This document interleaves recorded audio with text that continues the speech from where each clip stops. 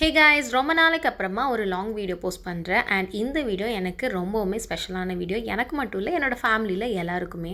Video starting பார்க்கும்போதே கொஞ்சமாவது guess பண்ணியிருக்கலாம். ஆமாம், என்னோட அண்ணாவுக்கு பொண்ணு பார்க்குறதுக்காக தான் போயிட்டுருக்கோம். பொண்ணெல்லாம் பார்த்தாச்சு. பார்த்ததுக்கப்புறமா இதுதான் பொண்ணுன்னு சொல்லிட்டு பூ வச்சு ஃபிக்ஸ் பண்ணுறதுக்காக போயிட்டுருக்கோம். எங்களோட ஊர்லேயே தான் பொண்ணு, பட் எங்கள் ஊரில் இருந்து அவங்க வீட்டுக்கு ஒரு 45 மினிட்ஸ் தான் ட்ராவல் பண்ணி போக வேண்டியதாக இருக்குது. ரிலேட்டிவ்ஸ் எல்லாமே வீட்டுக்கு வந்துட்டாங்க. ஸோ அங்கேருந்து எல்லாருமே ஒன்றா சேர்ந்து தான் அவங்க வீட்டுக்கு போயிருந்தோம். 10:45க்கு நல்ல நேரம். ஸோ கரெக்டாக 10:45க்கு எல்லாருமே அங்கே ரீச் ஆகிட்டோம். அவங்க வீட்டுக்கு போனதுமே ஃபர்ஸ்ட் எல்லாமே ஜஸ்ட் போய் உட்காந்ததுக்கு அப்புறமா பொண்ணை யாரும் பார்க்கலன்னு சொன்னதுனால ஜஸ்ட் ஒரு இன்ட்ரோ மட்டும் பொண்ணை கூப்பிட்டு காமிச்சாச்சு. அதுக்கப்புறமா வெளியில தான் அந்த பேச்சுவார்த்தையெல்லாம் நடந்தது.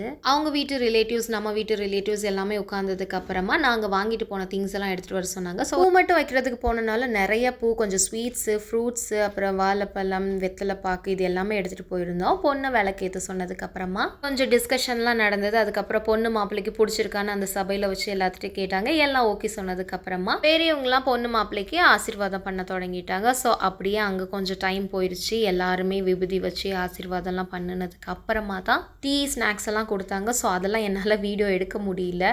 பொண்ணோட நாத்தனார்னால அங்கே வந்து கொஞ்சம் அதை எடுத்துக்கூட இதை எடுத்துக்கூட அந்த மாதிரிலாம் நிறையா சொல்லிட்டு இருந்தாங்க.